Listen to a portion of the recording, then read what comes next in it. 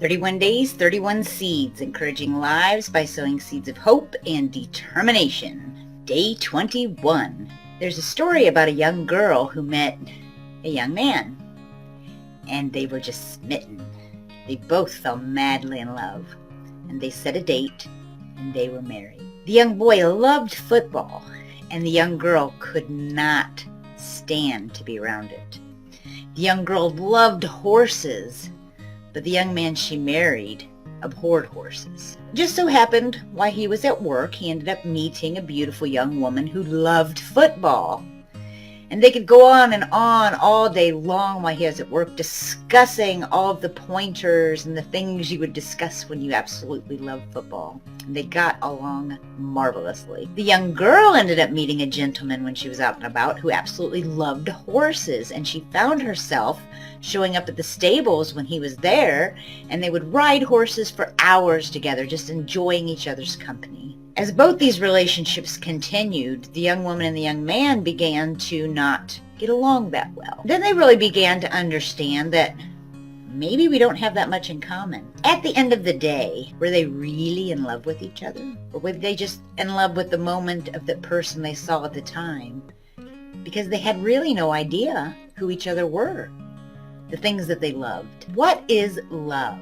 There's another saying I'm sure you've heard that asks, do you love turkey? Do you eat turkey? Do you really love turkey? True love, the highest form of love, is given without expectation. It is a decision. It is a choice to spread love during any circumstance, even if it feels destructive. An instance I can give true pure love is in the book Man's Search for Meaning, written by the author Viktor Frankl. Viktor Frankl was a psychologist. At the time of the war, when the Holocaust was beginning, Viktor knew what was about to happen, and he had time to flee. What he also knew was he did not have time to get the rest of his family out before they were captured. He decided to stay, and he was captured himself. He couldn't live with himself if he had left, and the rest of his family had been captured and sent to the camps. Viktor stayed, and he went through the Holocaust. He survived the Holocaust. Though being the psychologist that he is, he used it as a positive benefit. And he watched people's emotion and psychology. He was able to state that we were really all the same. We just hit emotions at different points in our life.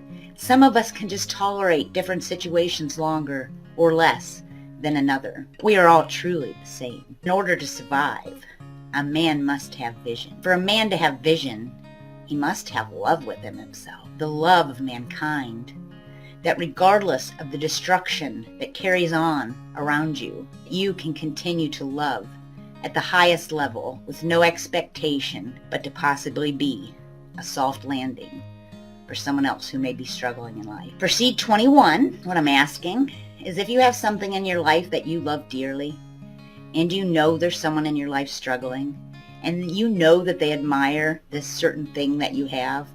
Maybe it's a simple brooch. Maybe it's an ink pen. Maybe it's a notepad. Maybe it's a diamond ring. If you know that this possession that you love can change this person's life and make them feel like, wow. My suggestion is give that person the thing that you love. If you can't give up in a material possession, then pick one person that you're going to text, call, or send a note, a handwritten note, or an email to. Let them know that you're thinking of them and all the things you admire about them. Seed 21. Share the highest level of love today with no expectations of return. I love you. I want you to love you. I will see you tomorrow for Seed 22.